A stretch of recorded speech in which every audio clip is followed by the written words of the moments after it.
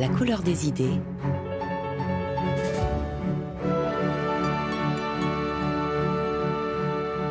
Pascal Seyss. Les catastrophes font cela de fascinant, qu'elles ouvrent des fenêtres sur la nature humaine, libérant ainsi des questions essentielles. Lorsqu'on aborde le thème de l'entraide, des catastrophes ou des peurs, ou même les trois ensemble, il y a souvent les mêmes questions qui reviennent. Au fond, sommes-nous égoïstes ? Allons-nous nous entretuer ? Ou même, comment peut-on recréer de la confiance ? Madame, Monsieur, bonjour et merci de choisir Musique 3 pour accompagner votre week-end avec la couleur des idées. Chercheur indépendant, formé en biologie et en agronomie, Pablo Servigne est un explorateur conceptuel et l'une des figures les plus connues de la collapsologie, une approche qui étudie les risques d'effondrement de notre civilisation industrielle. Ses travaux interrogent les hypothèses centrales, la croissance, le mythe capitaliste, la robustesse de nos systèmes et leur vulnérabilité structurelle face aux chocs écologiques, énergétiques et sociaux.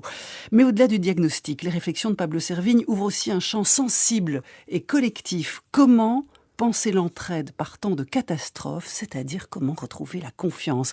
Bonjour Pablo Servigne. Bonjour Pascal. Merci d'être avec nous. Vous venez de publier Le Réseau des Tempêtes aux éditions Les Liens qui libèrent, en hommage à Johanna Macy, à qui vous devez l'expression Le Réseau des Tempêtes. Votre agenda est aussi chargé que celui d'un ministre en fonction. Vous êtes très sollicité partout. C'est donc une chance pour nous de vous retenir en otage au moins une heure. Avec vos idées forces et avec les musiques aussi que vous aimez, nous vous retenons prisonniers mais volontaire, il faut le préciser. Vous-même, d'ailleurs, commencez votre livre par un désir de mettre en cage un mythe que l'on connaît sous diverses formulations, loi du plus fort, loi de la jungle, guerre de tous contre tous. Alors vous dites que nous craignons la loi du plus fort, la disparition de l'état de droit, mais que nous-mêmes instituons, que nous-mêmes soutenons, que nous subissons cette loi du plus fort, et ce, depuis l'école. De quelle façon ? À l'école, c'est terrible. À l'école, on met un chiffre, une note sur un élève, sur un être humain. Et après, on les classe. Enfin, moi, à l'époque, on nous classait, premier de la classe, deuxième de la classe. C'est terrible, c'est hyper violent. Donc, il y a vraiment un apprentissage déjà très tôt de la compétition et de la soumission à l'autorité. Bien sûr, l'école n'est pas que ça, mais en tout cas, on l'a bien appris.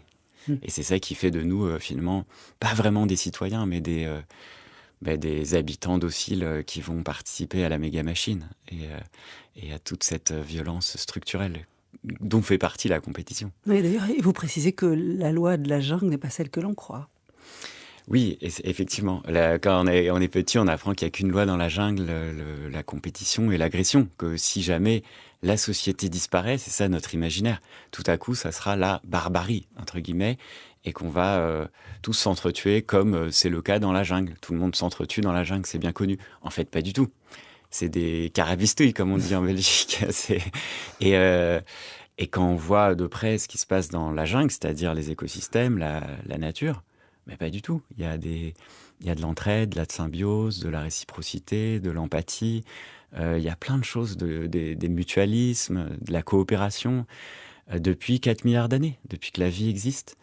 Et c'en est un principe du vivant. Donc, on pourrait aisément dire que l'entraide, la coopération, est un principe du vivant, tout comme la compétition qui existe aussi. Et il y a une sorte d'équilibre yin-yang que s'emploie à découvrir justement l'écologie, la science des liens. C'est ça que j'ai appris à la fac et avec le curseur vraiment penché vers la compétition. Et moi, j'essaye à la force de mes petits bras, je suis pas seul, on est nombreux, essayer de repencher un peu le curseur vers plus d'équilibre, et vers plus de coopération. Et ça, c'est pas qu'une aventure scientifique, c'est une aventure mythologique, vous l'avez dit au début, c'est vraiment un récit. On doit changer notre récit aujourd'hui de notre société. Alors vous dites, vous n'êtes pas tout seul, il y a un réseau, on va y venir à cette formulation que vous avez des liens, mais peut-être juste en amont de cela, Pablo Servigne, sur quoi repose exactement la collapsologie ? Est-ce que c'est un cadre scientifique ou bien c'est une interprétation du réel ? Qu'est-ce que c'est au fond ? Alors la collapsologie, c'est Raphaël Stevens et moi-même qui l'avons nommé. On avait besoin d'un mot pour nommer à la fois une intuition qu'il y a quelque chose qui va pas bien du tout globalement et que notre société, elle est pas seulement toxique pour nous-mêmes et pour la nature, mais elle est fragile. Et en fait, on a été voir, comme on est chercheur aussi, scientifique, c'est notre grille de lecture, on a été faire la synthèse de tout ce que les scientifiques disaient sur la question du collapse. En anglais, collapse, en latin, collapsus, effondrement. Et c'est quelque chose de très sérieux, en fait. Il y a des centaines, des milliers d'articles, de livres là-dessus. Et que ce soit en archéologie, dans la finance, le climat, l'énergie, à chaque discipline, il y a des risques d'effondrement. C'est des dynamiques de systèmes complexes. Et nous, ce qu'on a fait en plus, c'est de interrelier tout ça. Donc, comment se transforment les risques quand on les voit tous ensemble de manière systémique. Et c'est vraiment du sérieux. Donc, il y a pas mal de scientifiques qui étudient ça, mais il n'y a pas de nom pour une discipline. Donc, nous, on a proposé une discipline scientifique. Pour l'instant, ce n'est pas encore établi. On doit poser les bases épistémologiques pour créer je sais pas moi, des doctorats, des masters en collapsologie. Puis bientôt, il y aura peut-être des universités, etc. Et ça sera une discipline avec un journal de collapsologie, parce que la science se fait par des journaux à communauté de lecture. Tout cela se met en place lentement, c'est le rythme de la science. Et ce qui allait beaucoup plus vite, c'est que nous, en proposant le nom en même temps au grand public, c'est parti comme une traînée de poudre en mouvement social, en mouvement quoi. Et parce que le rythme est plus rapide que la science. Donc pour l'instant, c'est un mouvement et ça va devenir une science. Alors le fait de diffuser une idée d'effondrement, est-ce que ça modifie, selon vous, les comportements collectifs ? Ah oui, c'est ça la grande hypothèse de la collapsologie et qui a été souvent mal comprise. On est parti du postulat du philosophe Jean-Pierre Dupuy, qui a aussi été très mal compris. Donc c'est vraiment une pirouette philosophique qu'il propose. Jean-Pierre Dupuy, c'est un philosophe des catastrophes. Et il propose ce qu'il appelle le catastrophisme éclairé. C'est-à-dire que la catastrophe, il faut la regarder en face. Et on sait qu'elle est incertaine. C'est par définition, c'est radicalement incertain. C'est que la science ne peut pas prédire avec exactitude le futur. Personne ne peut. Donc, ce degré d'incertitude, il est gênant. Parce que du coup, on n'arrive pas à s'imaginer, peut-être et on rentre dans des mécanismes de déni, etc., etc. Donc lui, il propose de le rendre certain. C'est une pirouette philosophique. Pour pouvoir avoir une chance de l'éviter. C'est ça qui est étrange.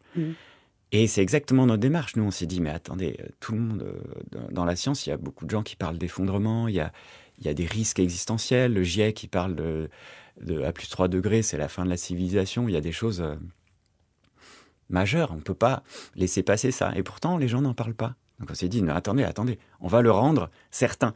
Et en rendant ça certain, c'est vraiment une question d'imaginaire, tout notre paysage politique change. Parce que si on se situe dans une perspective d'effondrement, et même on imagine qu'on est en train de vivre un effondrement, mais notre rapport au futur, aux générations futures, au passé, à la fragilité de nos vies, tout change en fait. Et notre manière d'agir collective, vous savez, c'est comme quand il y a eu la Covid et qu'on a eu le confinement, tout à coup, on est allé à l'essentiel. C'est quoi ? En fait, nos vies sont si fragiles, nos sociétés si fragiles. Mais c'est quoi l'essentiel ? C'est pas aller me lever le matin pour faire un job à la con ou je sais pas quoi. Non, c'est embrasser mes enfants, faire un potager. Enfin, chacun a eu son oh my god point. Et en fait, c'est ça le truc, c'est que la question du collapse, c'est la question de la mort, la question de la finitude. Et ça amène radicalement, pour les gens qui s'impliquent dedans, qui s'immergent dedans, ça applique une sagesse, ça amène une sagesse. C'est la phrase de Confucius, on a 2 vies, et la deuxième commence quand on se rend compte qu'on n'en a qu'une. Ça, ce déclic-là, qui amène de la sagesse, on l'a appelé la collapsosophie.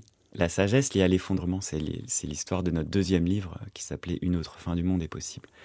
Donc il y a quelque chose de beau, de profond, et d'intense et de très concret à considérer que nous sommes en train de vivre un effondrement, et sachant que l'effondrement, c'est un récit puissant, mais c'est la moitié du récit.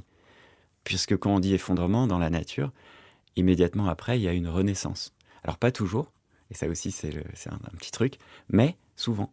Et donc le récit de la Renaissance, c'est quoi? Qu'est-ce qui viendra après notre civilisation?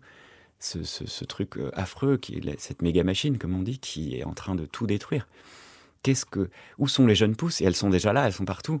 Mais empêchées d'émerger. Donc, voir l'effondrement, c'est voir tout à coup les jeunes pousses. C'est voir l'après. C'est se libérer. Il y a quelque chose de libérateur là-dedans.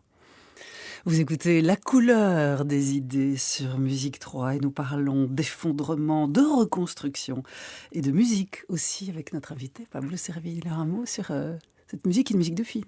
Qui est une musique d'Hans Zimmer du film Inception. J'ai des frissons. Pour moi, c'est la bande-son de notre époque, de ce qu'on est en train de vivre. Et moi, j'écoute beaucoup de musique de film quand j'écris ou que je lis.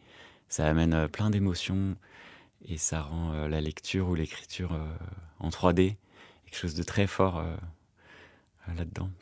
Ouais. Alors vous disiez justement qu'il fallait changer de récit, qu'il fallait changer de mythologie, pas celle de ni la loi de la jungle, ni la loi du plus fort. Est-ce que précisément les images suscitées par le cinéma permettent une construction d'un nouveau récit, d'un nouveau narratif? Oui, alors alors je sais pas, les images ou le son. Pour moi, le son amène de l'émotion. Et après, c'est vrai que je critique beaucoup, moi, la mythologie hollywoodienne. Il y a plein de choses bien, mais quand on voit les films catastrophes, les films post-apocalyptiques, c'est un peu nul. Sociologiquement, c'est pas du tout crédible. Dans la vraie vie, quand il y a une catastrophe, les gens s'entraident, les gens déploient des comportements altruistes, les gens s'auto-organisent, ne paniquent jamais. C'est vraiment 70 ans de sociologie des catastrophes nous montrent ça, les scientifiques le savent depuis les années 50, que le meilleur de la nature humaine sort quand il y a une catastrophe. Un désastre, que ce soit naturel ou une attaque terroriste ou un crash d'avion, peu importe. Quand on est en danger de mort, on sort le meilleur de nous-mêmes.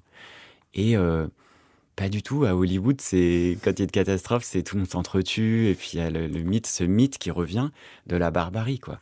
Quand l'État disparaît, tout le monde s'entretue, tout le monde panique, les gens sont passifs, les foules sont débiles. Enfin, toute notre mythologie libérale qui est fausse, en fait, et qui est même toxique, parce que si on croit à l'avance que notre voisin va être un égoïste, un affreux bonhomme ou quelqu'un de passif, quoi, on se prépare à ça. Et en se préparant à ça, on va justement rendre réel ce qu'on voulait éviter.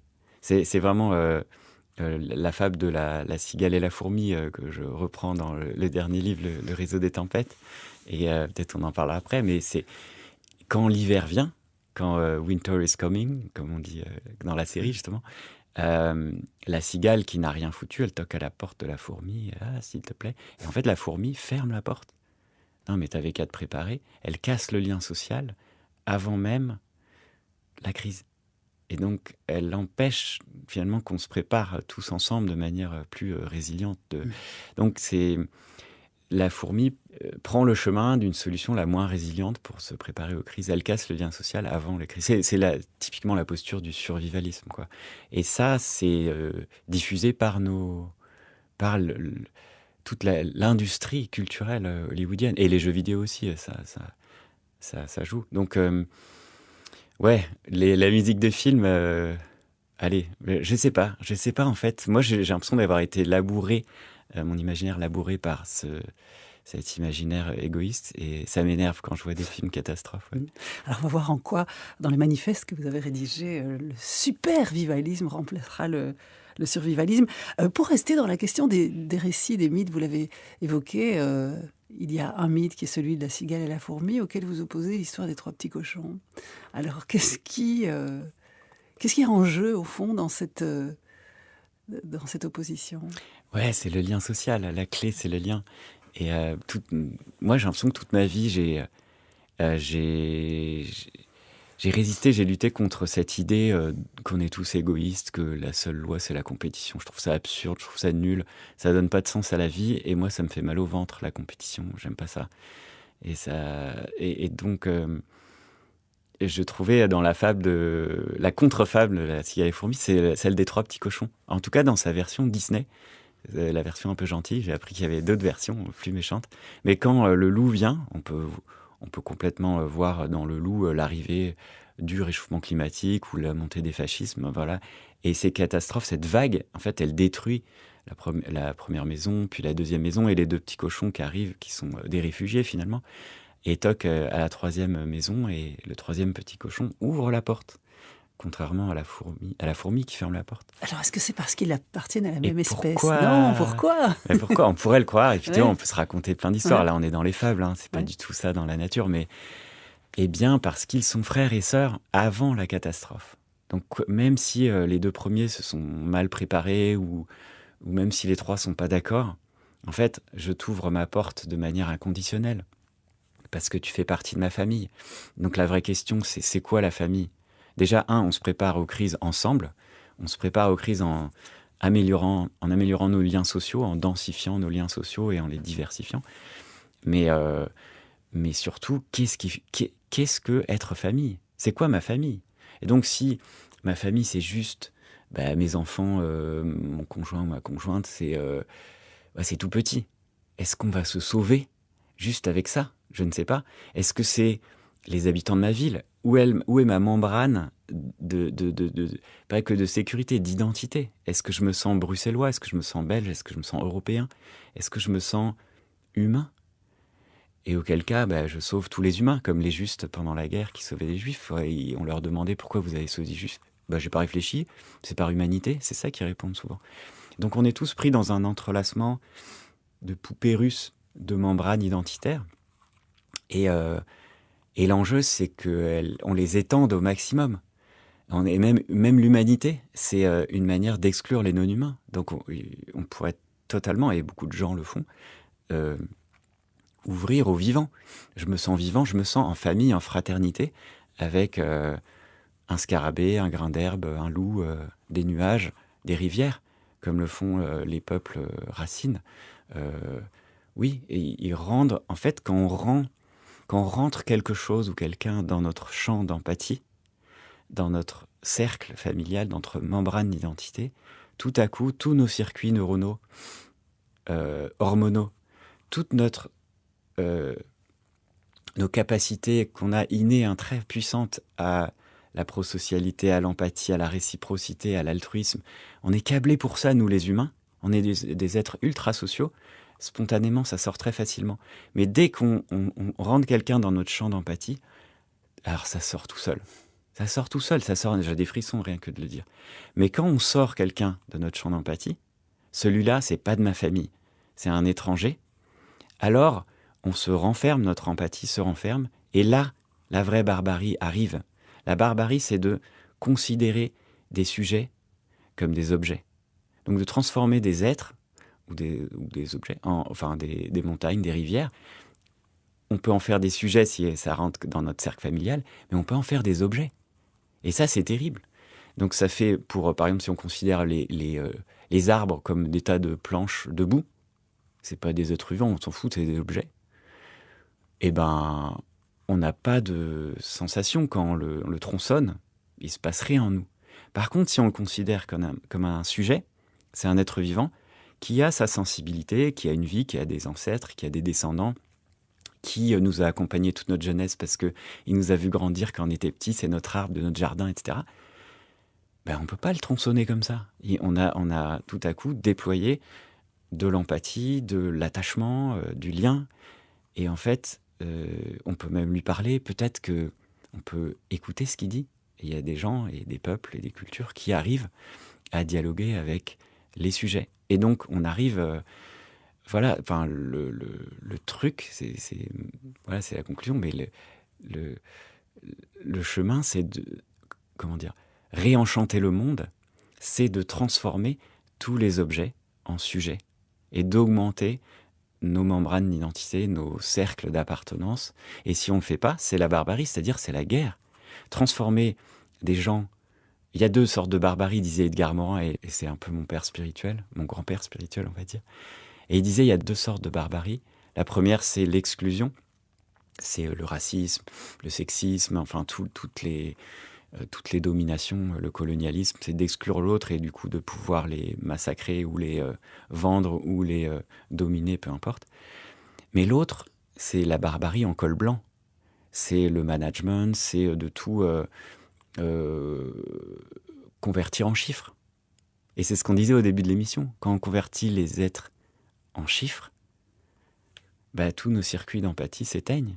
Et on peut en faire ce qu'on veut, on peut les virer, on peut les manager, ça devient des flux, ça devient des objets, et il peut s'en massacrer des milliers, on s'en fout. Donc voilà, réenchanter le monde, c'est lutter contre les deux barbaries qui ne sont pas naturelles. Et la barbarie, pour le coup, elle n'est pas dans la jungle, là. C'est nous qui l'avons créée. La barbarie, elle est en nous. Donc moi je trouve qu'on a un chemin à 180 degrés à prendre aujourd'hui. Et c'est pas que la mythologie, c'est notre manière de concevoir le monde, la politique, etc. Nos liens.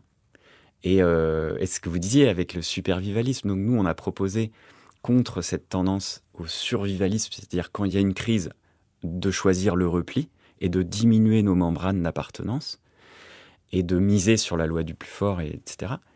Bah, c'est l'inverse. Quand il y a une crise qui arrive, on fait des liens, on diversifie nos liens et ça nous rend plus résilients. C'est d'ailleurs ce qui se passe dans la nature et ça s'appelle le supervivalisme. J'ai l'honneur de ne pas Pablo Servigne. C'est l'histoire de votre vie, cette chanson de Brassens. Alors, pas forcément le non-mariage, mais Brassens, c'est la subversion, ça m'a nourri dans le fait de prendre à contre-pied depuis l'adolescence. J'adore les contre-récits et j'aime aller à contresens. Et vous savez que Brassens était anarchiste, en fait. Il a milité à la Fédération anarchiste. Il était membre du Monde libertaire, le journal anarchiste, à la sortie de la guerre. Donc c'était symboliquement, c'est très fort. Et il disait, il y a plein de sortes de types d'anarchisme différents.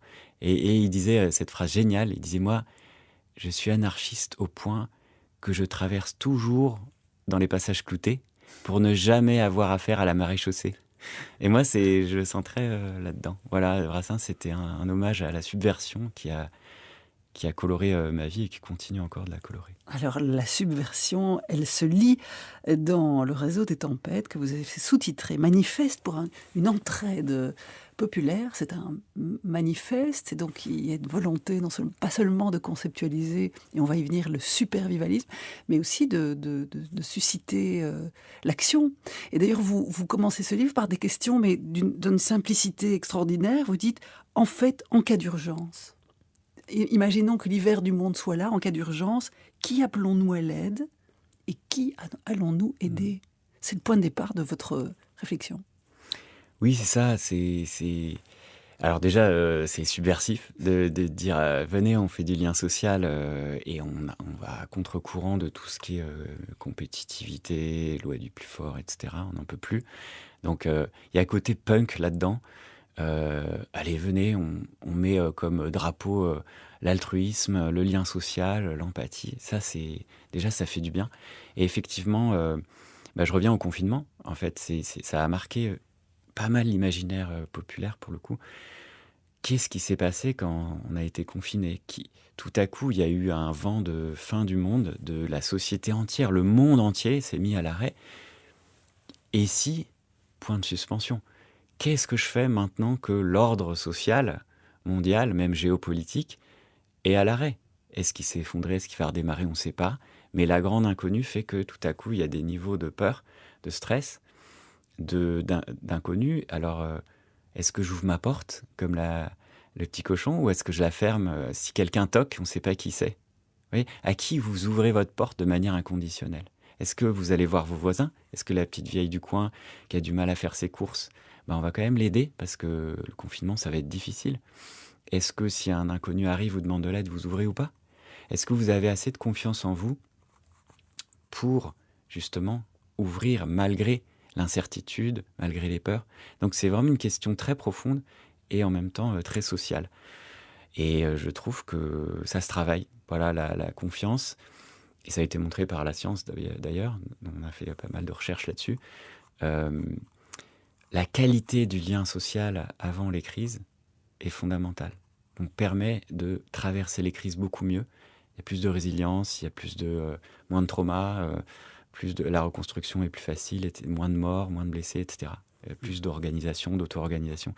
Donc ça a été montré dans plein de catastrophes différentes. La qualité des liens de confiance qu'on a avec nos voisins, avec nos familles, nos amis, avec les autorités, avec les élus locaux du quartier, les pompiers, etc. Vous voyez, les liens horizontaux et les liens verticaux de relations envers le système. On l'a bien vu pendant la pandémie. Est-ce qu'on a confiance dans ce système, le système politique? Ils nous disent de mettre des masques, puis de plus mettre des masques. Et tout coup, quand la confiance vacille et se brise un peu, eh ben, on traverse les crises différemment. D'ailleurs, en pandémie, c'est la principale clé, hein, c'est la confiance envers le système, envers les autorités, qui fait qu'on gère bien une pandémie. Donc c'est très délicat. La confiance, et ça parle de nous, notre confiance en nous, notre confiance en l'avenir.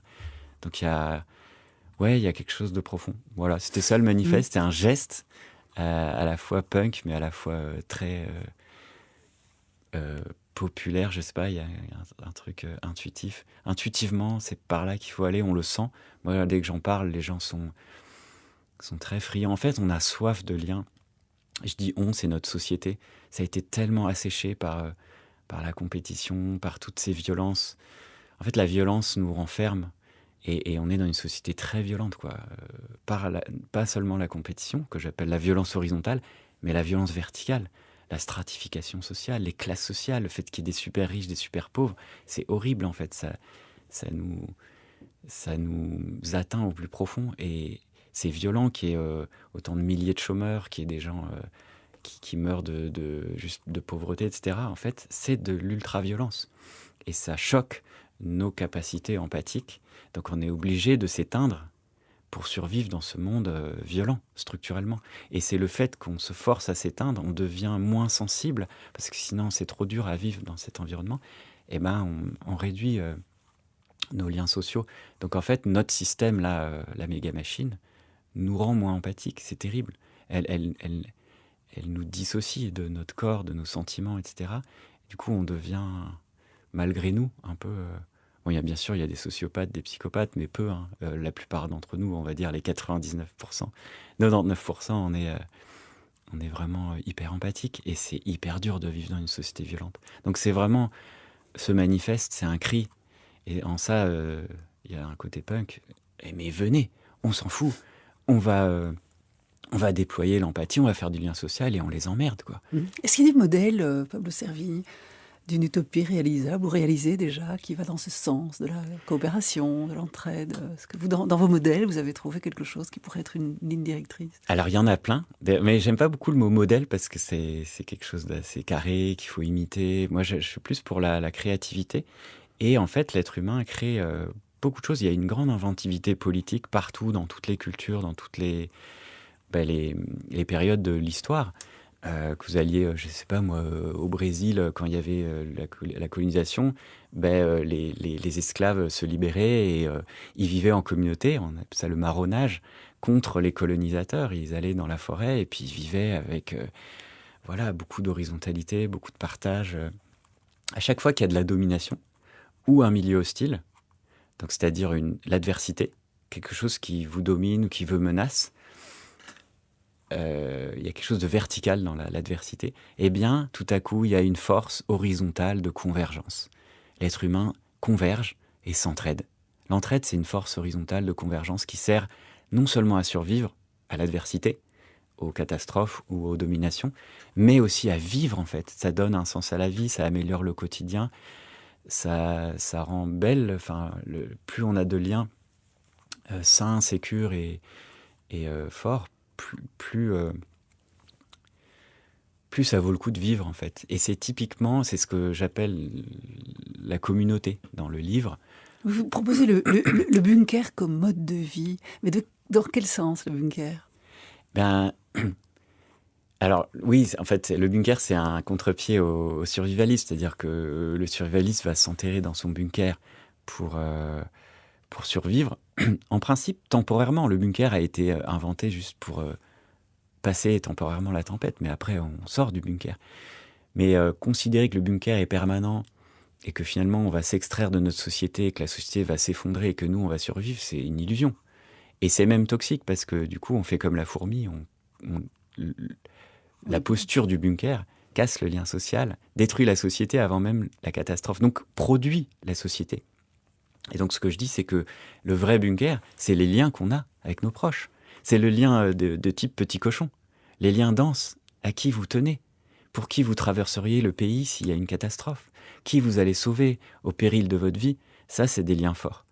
Et c'est ce que je dis, c'est le lien de type communauté. En fait, la communauté, c'est des liens forts, c'est un sens, c'est un récit commun qui fait communauté de destin, disait encore Edgar Morin. Et c'est la joie. Joie, sens et lien, plus, ça s'appelle la communauté. Et on revient aux membranes d'appartenance. Et en fait, la communauté, c'est ce qui a permis à l'être humain de traverser l'adversité depuis des centaines de milliers d'années. Depuis qu'on existe, 100 000 ans, 300 000 ans, peu importe. Même des milliers d'années, on peut retrouver nos ancêtres, les primates. Ils font aussi communauté. Et c'est le fait d'être en groupe, on est des animaux ultra sociaux. C'est ça la clé. Aujourd'hui, où sont les communautés ? C'est pire, même en France, le mot communauté, communautarisme, c'est péjoratif, parce que ça s'oppose à la République, qui est une autre sorte de membrane et de communauté. Mais donc, est-ce que c'est le voisinage ? Est-ce que vous aimez vos voisins ? Est-ce que vous vous sentez bien en communauté avec vos voisins ? Parfois, on n'aime pas trop nos voisins, ils sont un peu cons, ils votent pas comme nous, on leur parle pas. Et dans les villes, l'anonymat, il est très sympathique. La modernité dans les villes a détruit justement le lien communautaire pour gagner en liberté, en anonymat et tout ça. Mais on a perdu tout ce qu'on a gagné en liberté, on l'a perdu en communauté. Donc, ouais, la communauté a aussi des aspects, des limites, des aspects négatifs, des ombres. Donc moi, dans ce manifeste, l'élan, c'est il faut absolument retrouver le lien dense de type petit cochon. Allons vers la communauté. Mais j'ai pas envie de perdre le côté liberté aussi de notre modernité. Est-ce qu'on pourrait mixer les deux ? Est-ce qu'on pourrait hybrider le meilleur de ce qui fait de nous des êtres humains, de communauté, le meilleur des petits cochons, avec le meilleur de la modernité ? Je ne sais pas. C'est la question ouverte de ce manifeste. Des rythmes du soleil, des rythmes du sud, Pablo Servigne. La cumbia con accordéon, ah là là, ça me fait vibrer. Merci de passer ça. En fait, moi, j'ai des origines colombiennes et ma maman est venue quand elle avait une trentaine d'années en France pour recommencer toute sa vie. Et moi, je suis né de ça, d'un papa français, d'une maman colombienne. Et toutes ces racines, moi, je me suis senti toute ma vie dans l'errance. Parce que j'ai vécu 20 ans en Belgique, je dis toujours, je suis à moitié belge, à moitié français et à moitié colombien. Et en fait, je flotte, j'ai pas d'ancrage. Et ça me touche de partir à la recherche de mes ancrages, de mes liens. Et la Colombie en fait partie. Et j'y retourne bien tard, en fait. 30 ans après avoir coupé, justement, ces liens avec la famille là-bas. Et ma maman, qui a 84 ans cette année, elle s'en rend compte, et c'est très touchant parce qu'elle se met à écrire, elle se met à voir et à visibiliser tout ce qu'elle a perdu là-bas, tout ce qu'elle a perdu quand elle s'est arrachée. Comme lien. Oui. Exactement, le lien communautaire, tout cet arrachement des migrants, en fait, il faut savoir qu'ils coupent des liens très puissants, qui nous rendent résilients, qui nous rendent vivants. Et en fait, d'arriver dans un no man's land, nulle part, là où on n'a pas de lien, c'est très très dur. Et en fait, je me suis rendu compte, et c'est peut-être pour ça que je suis à la recherche de liens toute ma vie, elle m'a transmis cette errance du migrant aussi, ce non-attachement qui nous rend fragiles. Et cette quête de lien, je pense qu'elle vient en partie de là. Merci de passer ça. Merci à vous, puisque vous l'avez choisi. Alors justement, pour rentrer dans la concrétude des concepts que vous mettez en place, au fond, les propositions que vous faites d'une nouvelle manière, une autre manière de vivre ensemble. Vous avez dit qu'il fallait dépasser le survivalisme vers le supervivalisme, et vous proposez 5 principes. Oui. Qui sont des principes directeurs. Voilà. Alors, ça sera concret chez vous. Ils peuvent se décliner. Je ne sais pas comment chacune va vivre les crises, mais moi, je proposais déjà, quand une crise arrive, de renforcer le lien social. Ça, c'est la base du supervivalisme. Quand vous voyez une crise, faites du lien. Allez connaître vos voisins, même s'ils ne votent pas comme vous. Allez vous rabibocher avec votre famille, aller connaître les pompiers, etc. Oui, il faut même anticiper la catastrophe. Bien sûr, avant que ça arrive. Bien Oui, sûr, c'est la ça, vie est une succession de catastrophes. Mais c'est pas obligé d'être le réchauffement climatique. Ça peut être un deuil, quand vous perdez quelqu'un de proche, que vous avez un accident de voiture. Tout ça, c'est des mini-effondrements qu'on vit toute la vie. En fait, la vie est une succession de catastrophes. Et il faut l'anticiper, il faut bien arriver à bien le vivre. En fait, c'est quand on commence à bien mourir qu'on peut commencer à bien vivre. La vie, c'est d'apprendre à bien mourir. Et il y a un relâchement. Ouais, c'est la phrase de Confucius du début, quoi. On rentre dans notre deuxième vie et on va à l'essentiel. Et après, le deuxième principe du supervivalisme, c'est que c'est dangereux de se préparer seul. C'est plus dangereux que de se préparer ensemble.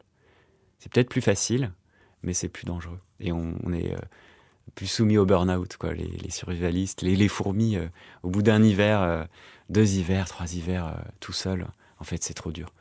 Donc, on a la direction. Un autre principe que j'aime beaucoup et qui est très utile dans nos sociétés matérialistes, c'est qu'il faut prioriser l'humain au matériel.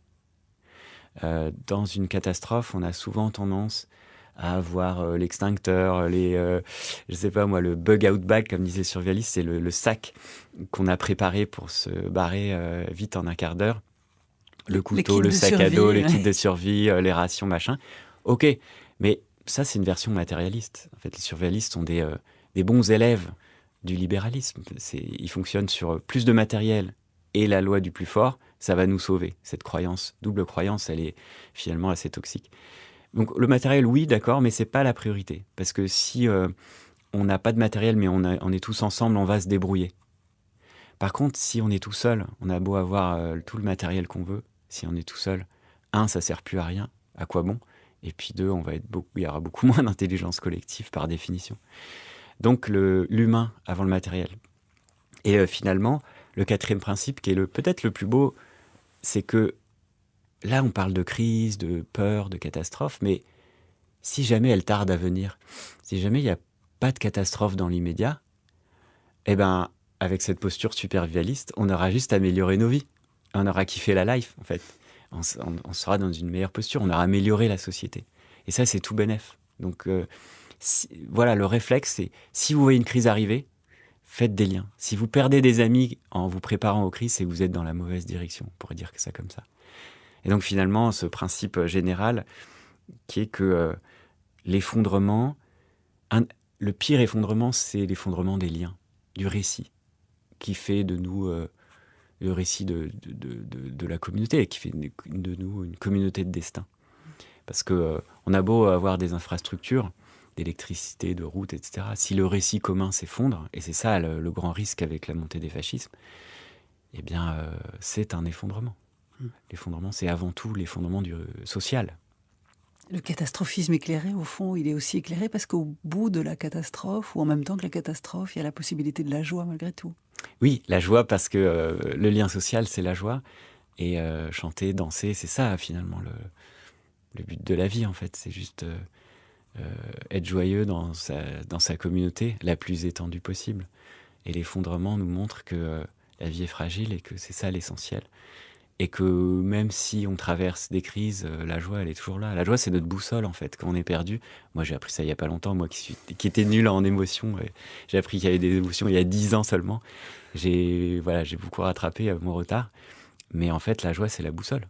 Et partout, il y a de la joie. Vous savez que dans les désastres, les catastrophes, les survivants, quand on les interviewe, ils disent, malgré le deuil, la douleur, les pertes, les blessures, la difficulté, la peur, c'était des grands moments de joie. C'était parmi les moments les plus joyeux de leur vie. Et beaucoup ont un vocabulaire même très religieux. C'était comme un paradis, en fait. On a vécu des liens d'entraide si forts, si puissants, qu'aujourd'hui, la vie normale, elle est fade. En fait, on est tellement désireux de cette puissance des liens. Voilà, c'est ça la proposition, c'est de les cultiver dès maintenant, grâce aux crises, parce qu'elles arrivent, mais malgré les crises, et même pour les crises, je dirais.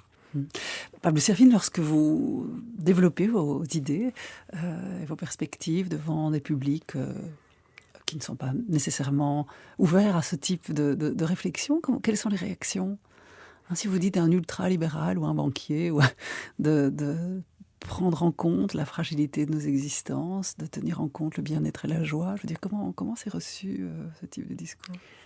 Mais alors moi, j'adapte déjà mon discours à chaque public, hein, mais je pense qu'en chacun de nous, alors sauf les psychopathes et les sociopathes, mais il y en a moins de 1% dans la population, je pense que ça devrait, voilà, des gens qui n'ont pas d'empathie et voilà, et qui c'est difficile. Mais la plupart des gens, ils ont un être humain au fond, même les banquiers, même les financiers, même les traders.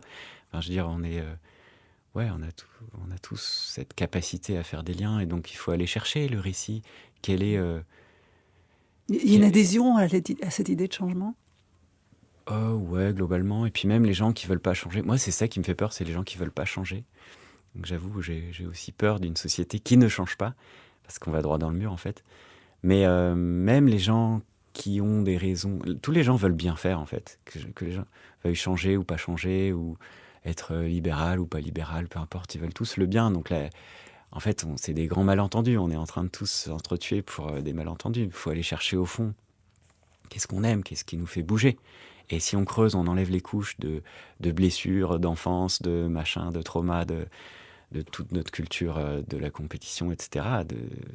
Au fond, il y a juste un désir de lien et de sens et de joie.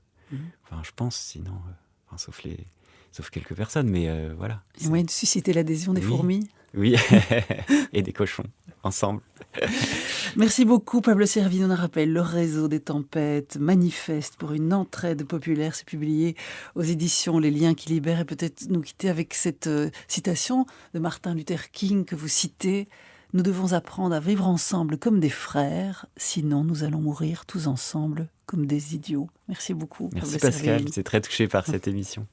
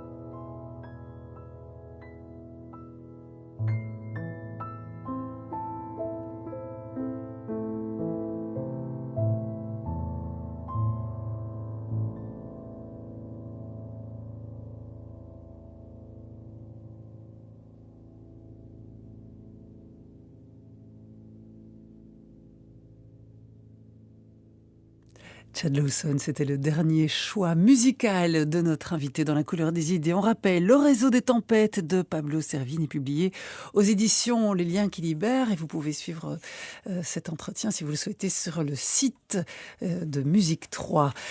Excellent week-end à l'écoute de nos programmes. Katia